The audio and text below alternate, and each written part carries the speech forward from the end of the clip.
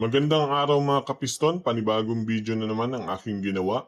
Ngayong araw na to mga kapiston, pag-usapan natin kung paano mo ba malalaman ang tamang sukat ng transmission oil. Yan ang topic natin ngayon mga kapiston. May sasakyan na walang dipstick sa transmission.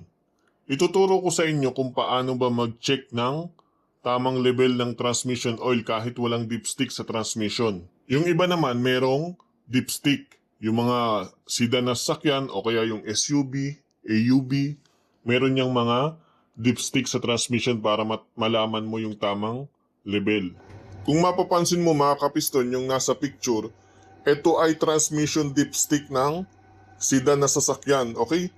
Meron diyang minimum cool, merong maximum cool, minimum hot, at merong maximum hot. Ano ba ang ibig sabihin yan mga kapiston? Ibig sabihin yan mga kapiston, para malaman natin ang tamang level ng transmission fluid, magbabase tayo sa temperature ng transmission mismo. Okay? Ituturo ko sa inyo mga kapiston kung paano ba maglagay ng transmission fluid base sa temperature ng transmission. Halimbawa mga kapiston, nagpalit ka ng transmission fluid ng iyong sasakyan, na-drain mo na at nahigpitan mo na yung drain plug, ngayon maglalagay ka na ng bagong transmission oil.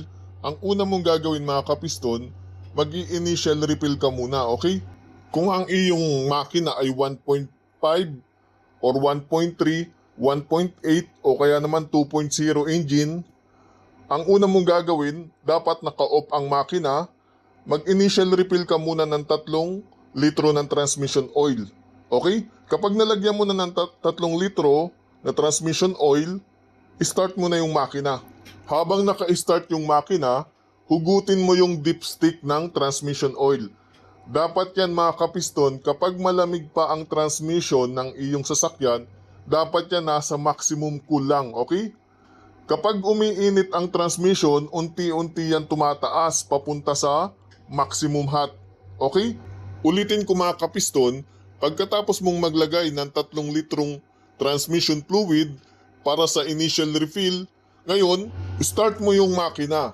Habang naka-start yung makina, sukatin mo agad yung transmission oil gamit ang dipstick habang malamig pa yung transmission, okay?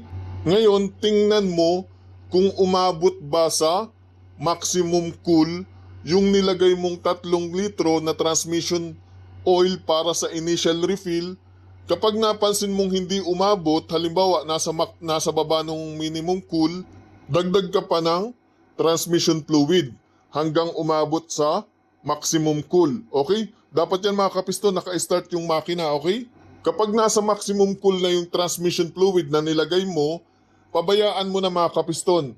Kasi unti-unti yung tataas papunta sa maximum hot habang umiinit yung transmission mga kapiston. Kaya kapag nasa maximum cool na, kusayang pupunta sa maximum hot kapag na-reach na ng transmission yung 97 Celsius degree. Ngayon, susukatin mo lang yan mga kapiston kapag nag-automatic yung cooling fan. Kaya dapat naka-off ang aircon, hintayin mong mag-automatic ang cooling fan. Kapag nag-automatic na ang cooling fan, ibig sabihin na-reach na ng makina o transmission yung 97 Celsius degree.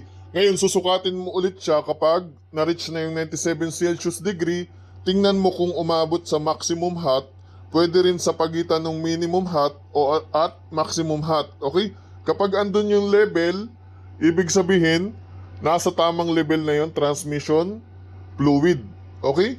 Sa susunod na vlog mga kapiston, gagawa ako ng video para sa mga automatic transmission na walang dipstick, kung paano ba malaman kung nasa tamang level na ba ang transmission fluid.